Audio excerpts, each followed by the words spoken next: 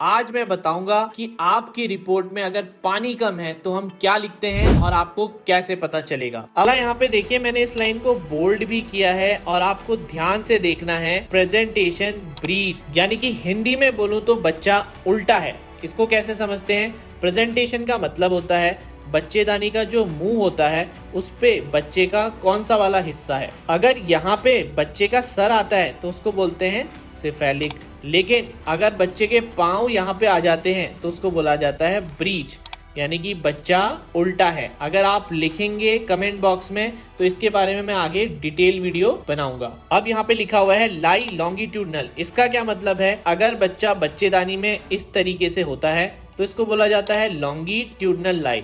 अगर वो आड़ा हो जाता है इस तरीके से तो इसको बोलते हैं हम ट्रांसवर्स, यानी कि बच्चा आड़ा हो गया है। और बीच में भी तो आ सकता है बच्चा, इस तरीके से भी लेटा हो सकता है बच्चा, इसको बोला जाता है ऑब्लिक लाई। अब वो लाइन जिसके लिए आप इस रिपोर्ट को देखने आए हैं, लाइकर रिड्यूस्ड यहाँ पे लिखा हुआ है। जैसे कि आप जानते हैं अगर लाइकर की मात्रा ठीक होगी तो यहाँ पे एडिक्वेट लिखा हो सकता है या कुछ रिपोर्टों में नॉर्मल भी लिखा हो सकता है, लेकिन यहाँ पे रिड्यूस लिखा है, यानी कि ये कम है। हमें कैसे पता चला ये कम है? हमें पता चला AFI की मदद से। ये 5 सेंटीमीटर से कम AFI आ रहा है तो ये कम मात्रा में फ्लूइड है। आपको मैंने पिछले वीडियो में समझाया था इस तरीके से काला फ्लूइड होता है, इसको हम नापते हैं और इससे हम एमनियोटिक फ्लूइड इंडेक्स AFI की मात्रा निकालते हैं। 5 से 25 सेंटीमीटर तक इसको नॉर्मल माना जाता है और अगर ये 5 सेंटीमीटर से कम है तो इसको बोला जाता है ओलिगो हाइड्रोअमीनोज, यानी कि पानी बच्चे के अराउंड कम है। अब ये बात ध्यान रखिएगा, कुछ जगह पे 5 से 8 सेंटीमीटर की जो AFI की वैल्यू आती है इसको भी बॉर्डर लाइन कंसिडर किया जाता है। तो ये डिपेंड करता है कि आपके डॉक्टर कौन सा प्रोटोकॉल और गाइडलाइंस फॉलो कर रहे हैं। अब आपके मन में एक बात आ रही होगी कि अगर पानी कम होगा तो क्या करते हैं? तो ध्यान दीजिए, बच्चे की उम्र लगभग 36 हफ्ते की हो चुकी है। जनरली अगर पानी कम होता है तो आपके डॉक्टर एडवाइस करते हैं डॉपलर की। उस डॉपलर में हम देखते हैं ब्लड फ्लो और देखते हैं कि कहीं बच्चे में कोई ग्रोथ तो कम नहीं हो रही है, और आगे इन्हीं के आधार पर डिसाइड किया जाता है कि बच्चे को डिलीवर करना है कि वेट कर सकते हैं। एक बात और ध्यान में रखिएगा, कभी कभी अगर पानी ज्यादा कम होता है तो आपके डॉक्टर्स आपको एडमिट करके कुछ फ्लूइड की मात्रा भी चढ़ा सकते हैं। चलिए अब समझते हैं। यहाँ पे लिखा हुआ है BPD 9 सेंटीमीटर। BPD का क्या मतलब होता है? बच्चे की सर की नाप ये ली जाती है, इसको BPD बोलते हैं। यहाँ पे ये लगभग 36 हफ्ते 5 दिन के अराउंड आ रहा है और परसेंटेज भी यहाँ पे सही है। अगला है यहाँ पे हेड सरकमफेरेंस। ये क्या होता है? बच्चे की सर की गोलाई को नापा जाता है।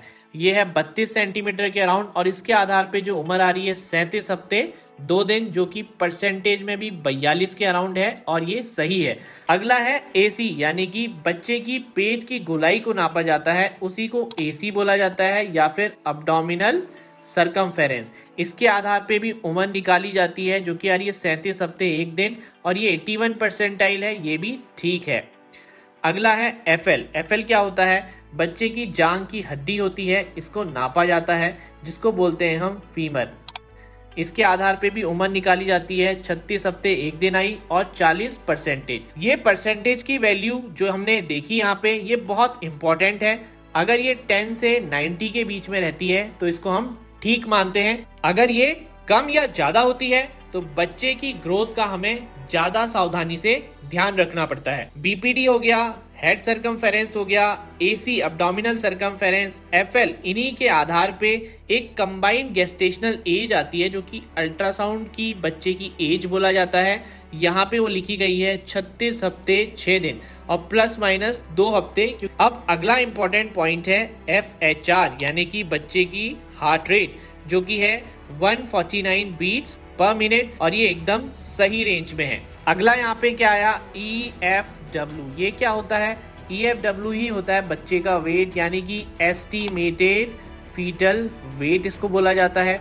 कई जगह पे इसको डायरेक्ट भी लिखा जाता है वेट कितना है, तो यहाँ पे आ रहा है लगभग 3000 ग्राम, यानी कि 3 kg का बच्चा है और प्लस माइनस 448। अगला इंपॉर्टेंट लाइन है mesial cord is seen with normal cord insertion site. क्या मतलब हुआ? जो बच्चे की नाल होती है उसमें 2 आर्टरीज होती हैं और एक वेन होती है, टोटल मिला के 3 ब्लड की नसें होती हैं, इसीलिए इसको बोला जाता है 3 वेसल कॉर्ड सीन। कभी कभी इसमें एक अम्बिलिकल आर्टरी नहीं होती तो लिखा जाएगा 2 वेसल कॉर्ड सीन। अब अगली लाइन यहाँ पे लिखी है no loop of cord around the neck. इसका क्या मतलब है, जो बच्चे की गर्दन है उसके अराउंड कभी कभी ये नाल जो है इस तरीके से गोलाई में होती है, इसी को बोला जाता है कॉर्ड अराउंड नेक। अगर ये होती है तो हम यहाँ पे लिखेंगे कॉर्ड अराउंड नेक प्रेजेंट, यहाँ पे नहीं है इसलिए no loop of cord around neck लिखा गया है। अब लास्ट में सबसे इंपॉर्टेंट लाइन है जहां पे पूरी रिपोर्ट का सार लिखा गया है। तो सिंगल का मतलब तो एक बच्चा है, लाइव का मतलब हार्ट बीट है, इंट्रा यूट्राइन का मतलब बच्चेदानी के अंदर, फीटस भ्रूण को बोला गया है,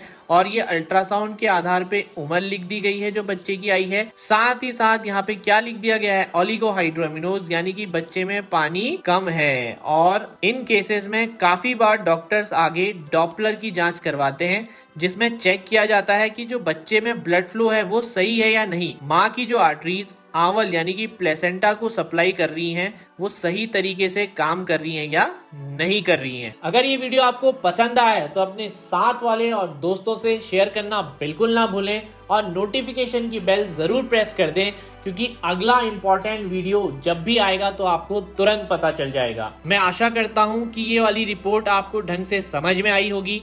इससे रिलेटेड कोई भी डाउट या कोई भी कंफ्यूजन हो तो आप कमेंट बॉक्स में लिख सकते हैं, मैं कोशिश करूंगा जल्द से जल्द आपका रिप्लाई करने की। और जैसा कि मैं कहता हूं, stay healthy and stay wealthy because health is real wealth.